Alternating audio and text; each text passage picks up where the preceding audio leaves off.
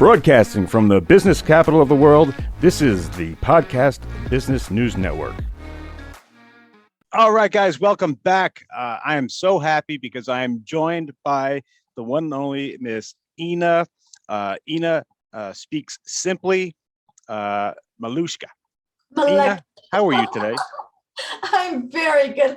I just love it. I love it. It's so much fun.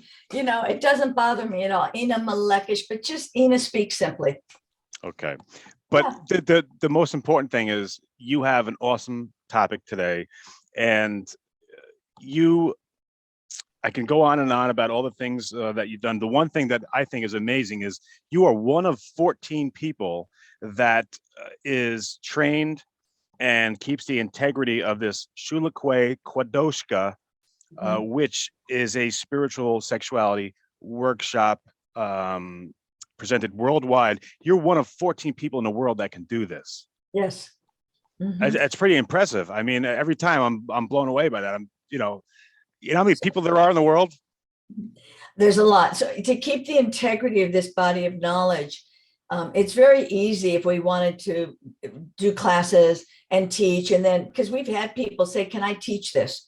And we say, no, because, you know, you can share it with your friends. You can certainly share what your experience was. Be sure that you give the credit to the Shulakwe Kwadoshka workshop. You know, we've studied over 20 years, most of us. It's not just learning about sexuality, because sexuality is the center of the wheel of energy. So when you start dealing with things that are sexual, you have to deal with yourself emotionally, mentally, physically, spiritually, and sexually, which is very different. You can go to a therapist and you can just deal with the emotional. You can deal with the communication breakdown. You can become very religious. You could be, go to the gym, be really buff, but you could be an emotional midget. So you can deal with any one of these on the outside, but when you start looking into who you are as a sacred sexual human being, you have to deal with yourself emotionally, mentally, physically, and spiritually. So the people who teach this must have a very refined, high level of training to be able to deal with whatever might take place, because this is a 3.5-day workshop format. And I might as well share it now, because we have one coming up here in Phoenix, Arizona, North Phoenix in March. And we have a level 1, and people can attend just the one, or they can stay for the 2 weeks. They have 3 days off, go to Sedona, check out the beauty of Phoenix, and you can attend level 1, 3-day break, and then a level 2. I'll give more information at the end of our program. But this body of knowledge it's not just about sex. It's about who are you in relationship to the mineral world, the plant world, the animal world, the human world. Who are you as a sacred, spiritual, sexual human being? And I've learned from you, basically, the bottom line, if I could be so bold, it's about communication and honesty. With yourself first. With yourself first. And then when we're honest with ourselves and we communicate with ourselves, like, I'm not comfortable. I don't want to make that agreement. It's not sitting well.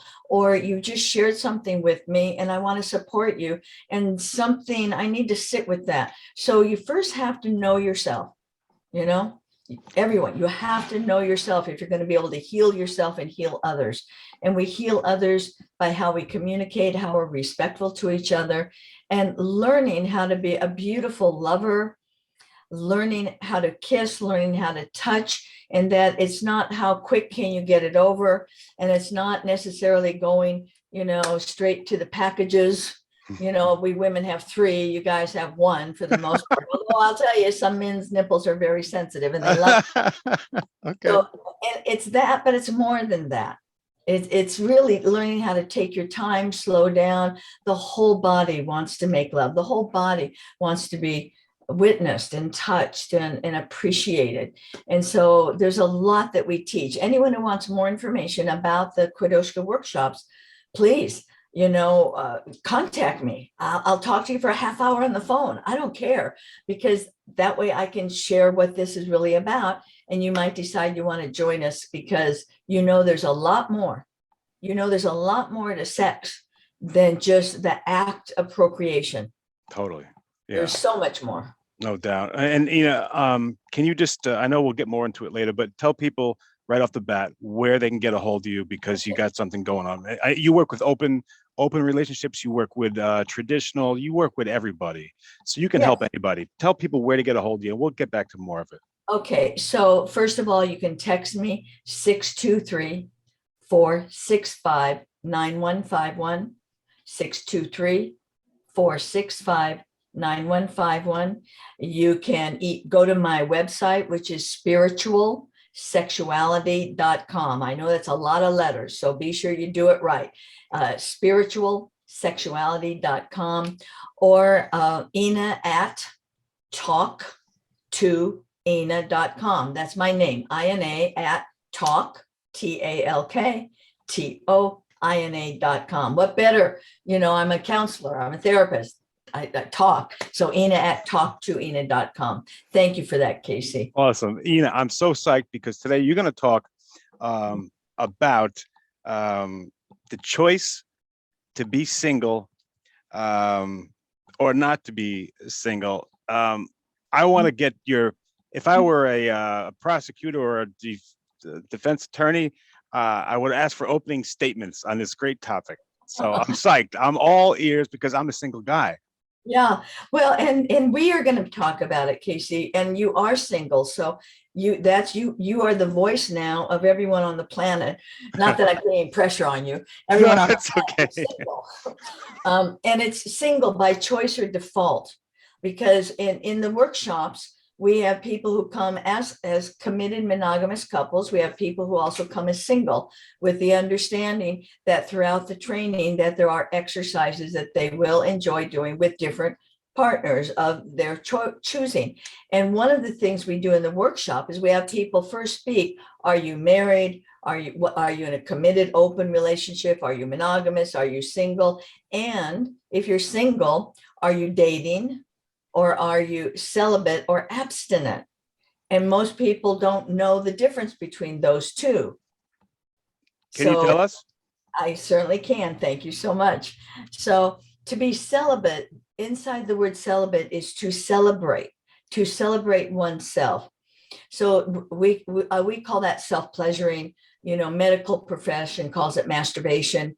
And depending upon how you were raised, if it's right or wrong, we're not going to discuss if it's right or wrong.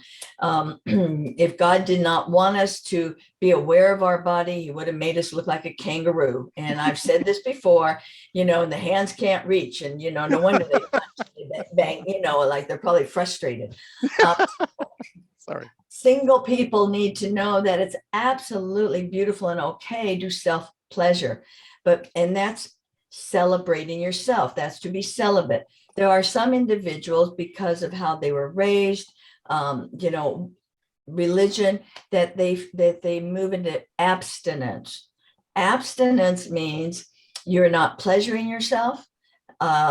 Sometimes what happens is you dream of a lover, and you might have, for men, you might have a nocturnal ejaculation. For women, we might be moaning in our sleep because a lover's making love to us, but we will not touch ourselves. We will not bring ourselves to an orgasm, which is really sad, because God gave us orgasms to heal ourselves and to connect us to the spiritual of the everything. Yeah, you did a whole show on that a week or two ago, and it was so interesting to know that it has all these positive effects. All these positive effects. So it's okay when you're single, and it's very important. But I tell men, because a lot of men say, yeah, well, I'm on my way to work, and I do a quickie for myself. And I'll say, well, do you ever do a longie? Do you ever just give yourself time and actually love your body and touch the sensitive places, and imagine a woman making love to you, or another man? I don't know what your sexual preference is. There could be, gay or lesbian or whatever. Right. Yeah. Do you ever imagine and slow down and breathe? And I say, or do you just pound your pud? Sorry. I just love your honesty. It's just so great. Well, that's how I am in the office, and my clients appreciate that we're talking real talk. Yeah. So women, a lot of women will use vibrators. So I understand that a vibrator gets the job done, but ladies, like if you're going to use a vibrator, once a week, and use your hand 2 times a week, because there's no partner, man or woman, who can compete with, how many thousand watts you're putting. It's so true. Yeah, you get off fast and now you can go to work, but you desensitize yourself. And men, when you masturbate one way and it's like your hand, you desensitize yourself. So the beauty of the woman's vagina, her beautiful tupuli, that soft tissue, if the women haven't learned how to contract their muscles so the man can feel it and he's used to his hand, I'm sorry, as strong as my muscles are, they cannot compete to the strength of a hand. So you don't feel anything, so you can't ejaculate when you're inside of us. I see the instant feedback going crazy right there. people love it. Yeah, I mean, you speaking truth. I always call the vibrator is the great equalizer, because you want to, the other person always comes first, right? We hope. It's for men. I would highly recommend you bring your woman to an orgasm first with oral sex, with finger stimulation, however it is that she enjoys it. But I'm telling women, back off on the vibrators so that men have a chance. So men, always good to bring your woman to an orgasm first, then to go into your pleasure, and then to see if she wants another one afterwards. Can it really desensitize the woman anatomy if you keep using the vibrator? Will develop? I heard one time like it might develop like a callus or something. Is that true or no? I have not heard that. Bottom line is you cannot compare the gentleness of a man's mouth or your partner's mouth with the speed of his tongue, with the finger movement that happens to a vibrator. So I'm not saying to stop using them, because for some women, that's the only way they've learned how to have an orgasm. And I don't want them to stop having orgasms. I just want us to expand the smorgasbord. I want there to be a greater variety, because variety is the spice of life. So if we're single and we don't have a partner with us, we need to provide the variety for ourselves. There's so many questions that I want to ask you, but I also want to stay on topic, because there's about 6 questions I just wanted to ask you right now, but in due time. So I'm going to try and be disciplined and stay on this topic because it's great. So when you say being single by choice or default, what do you mean by that? Okay. A lot of people, clients, or even in the workshops, they will say, I'm single, I'm celibate, but I really would like to be dating. I really would like to have a partner. And so we say, okay, at some point, what's stopping you from dating? Well, it's either been for 2 years, the social distancing and COVID and the fear, that the fear is just a huge manipulation, or they say, I'm building my business. I'm working, 80 hours. I go to work, I come home, I walk the dog, I'll go for a run. I eat a healthy meal, and that's it. I don't have time for anything else. And I'll go, you know what? That's not how we're supposed to be living life. And I get it with the long hours of work. But if you were going to die tomorrow, because none of us have more than this moment to live. Today is it. The minute we leave the house, we could be hit by a car. So today, do I want to spend 80 or 10 hours, 12 hours of working and not go out and feel the breeze on my face, not go out and see the stars, not connect to the sun, grandfather's son? Do I really want to live this day like I have a million years to live and I'll take care of it tomorrow? We don't. We only have today. That's why you told me that you hug your husband when he leaves. We connect, we talk, we touch, we kiss. I don't want either one of us leaving the house without, if this is the last thing I remember, what is the last? I don't want to remember that I had to do the dishes or that we were pissy at each other. because we could be pissy at each other. We go, wait a minute, we're leaving. Let's just put it on a back burner. Let's take a moment. Let's connect. So as a single person, um, you know, online dating is huge, Casey. And, I could ask any man or woman, who do you think has an easier time on the internet, women or men? So what's your opinion, Casey? Who has the easier time? It's a great question. I can tell you that I have tried some of those. Most of them, I would say 60% are scams. They're they're not who they purport to be. A lot of them from other countries that don't. I don't know what the end game is. If they're, I don't know. But I'm just talking about my experience. I really don't know. I'm not an expert like you, but from my experience, it's hard for men to do that because it seems like to go on one of those things is a certain amount of desperation or wanting to meet someone. So you want something, but the bad people will take advantage of that. Where I don't think there's as many fake men profiles out there. What do you think of that? And what does your experience tell you? So first of all, I'm going to answer it one way and then I'll expound on it. It's much easier for a woman to get laid than a man. Okay. Yeah. Just general. And it's not that I've always experienced that. When I was much younger and I was sitting there at the bar and sipping on my, whatever it was and dancing and the moon was full and, and I was wanting right now, any energy will do, I'm just looking, sex is what I'm looking for. It's like, smile at me, and I never got picked up. I never made it happen. So it's not that it's easy all the time for women, but online, for the most part, if an attractive woman goes online, she has 100 men, hitting on that site.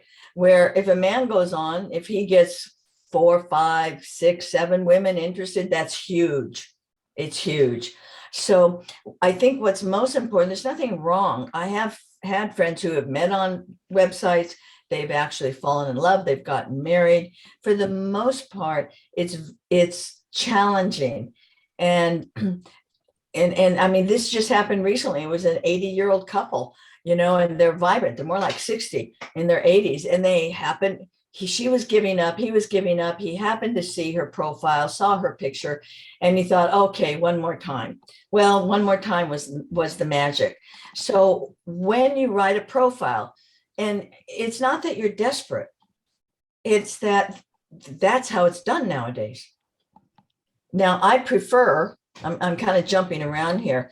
I think the first thing that one should do is to make a list of no more than 5 things that are your bottom line about a person. Like for me, it was a non-smoker, high sex drive, because that's just who I am. That's what I need. Right. Someone who is in my political persuasion.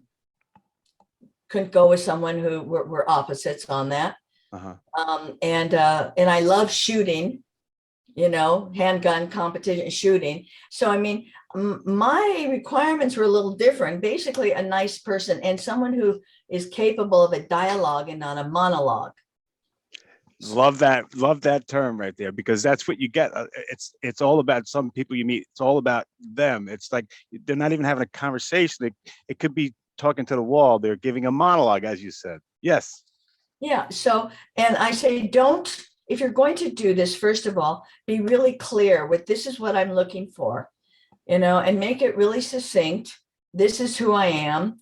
If I have a choice to go on a major vacation, take me to Alaska, for 3 weeks versus, Paris.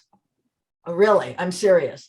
It's awesome. So it's like it's simple things, but you have to be, I would invite people, you have to be honest, transparent and that's honest. your thing.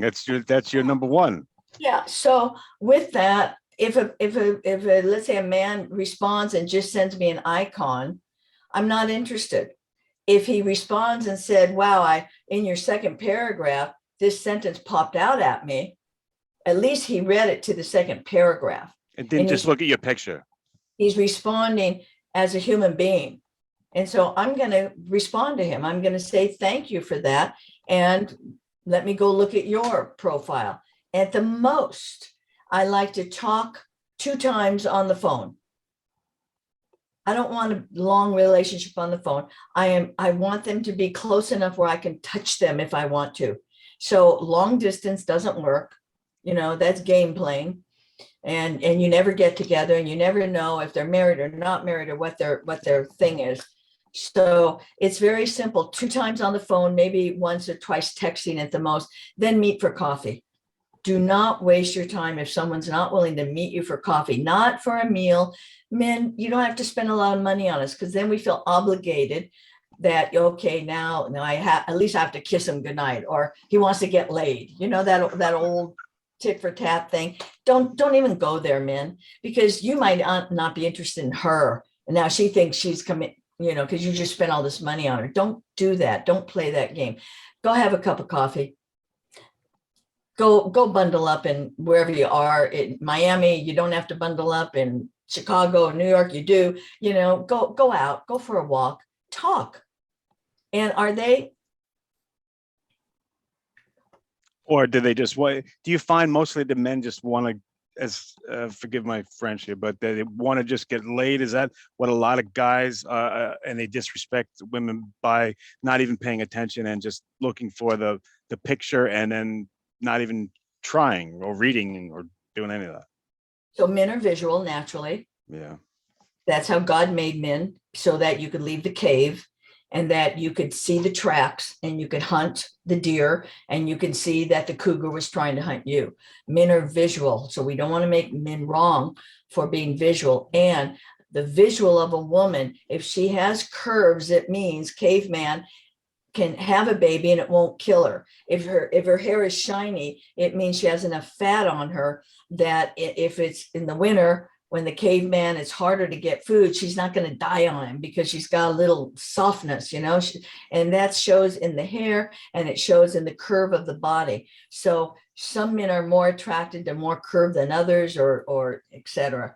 Yeah. So when I ask men and women, what are you looking for?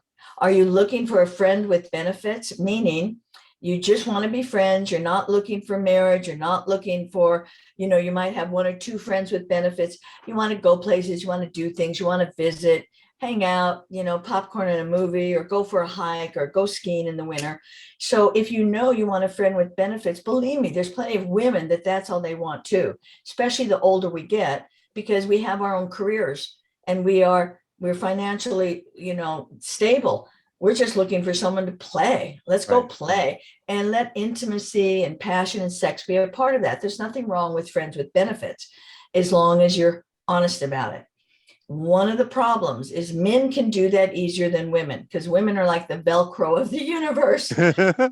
Alison Armstrong saying again, women connect very quickly. We get loyal very quickly. So remember when we talked about orgasms, and when you have an orgasm with a partner, the hormone, the feel-good hormone releases, and it lasts in us women for 3 weeks. It lasts in you men for 3 days. Your testosterone lessens it. My hormones, if I end up getting pregnant, I want to know that's the caveman who got me pregnant. Now this is his baby, and he needs to go hunt and protect me in my cave. So there's still primal things going on here. But if there are times when men and women, especially when women are through menopause and we don't have to worry about getting pregnant, let me tell you, a lot of women use it as an excuse to stop making love, because maybe their partner's never been a very good lover, and this is finally their excuse that they can stop. A lot of women go, Yahoo, I don't have to worry about getting pregnant now. Watch out. Here I come. So it evens the field a little bit, because now we can play as much as you without pregnancy. We got to do a part 2 on this, because my producers is yelling at me. How many screens of instant feedback do you have right there? Gotta be at least 3 or 4 pages. Yeah, 3 or 4 pages. Oh my God! All right, so but we are out of time. I can't even get to one of them. But Oh my we gosh, got to do wow. a part two. Let's do a part two on this because we We will. just scratched the surface. This was such a Yeah. honest and great talk. Let me give you the last word. I'm enthralled. I love your show. So Our let me give you the time last word. flies. I know it's Our time interesting. flies. Oh my gosh. So if anyone has questions, I mean, you can always contact me. Ina, I-N-A, at talk to Ina, TalkToina.com. Ina, talk to Ina. Ina at spiritualsexuality.com. Spell it correctly. You can text me 623-465-9151. 623-465-9151. And just from my heart to yours, all of you who are single, you may, and I wanted to, Casey, we have to bring this, I wanted to ask you what your decision was, to be single your entire life. Like, have you ever lived with somebody? Have you ever had an amour that you considered marriage, but for some reason, the clarity for you. So that has to go into the next show. Okay. Yeah, I'll be honest about all of it. And it seems like you know me better than our 4 or 5 times communicating with each other. Seems like you've known me a lot longer. So Thank we'll you. talk about it. You're I very good really- at what you do, buddy. I'll tell you that. I really enjoy this time. And if what we say can reach the ears of people who are hurting and who are sad and who are lonely because they don't want to be single, they want to be dating, then bottom line is go for it. Do whatever, but always start with prayer and just be ready. Don't have a list of 20 things for a partner. No more than 5, preferably 3 things. And then let your friends know, I'm ready to date. I am so done with not dating. I'm ready to date. I'm ready to meet people. And you've got to get yourself out doing it. That's what I want to end with. And blessings to everybody. Same to you. I love your show. And I can't wait to hear the part 2 of this because I think will do it next. we're on the ledge here. Now we get to know if you're single out there, we get to find out a lot more what we should be doing. Now, no more than 5 things. And for my friend Ina, thank you again. You're welcome. And Our for everyone next who show- wrote in, I will get to you, but I'm sorry we didn't do it. Tuesday, friend Ina, our we'll next be right show back. is going to be part 2.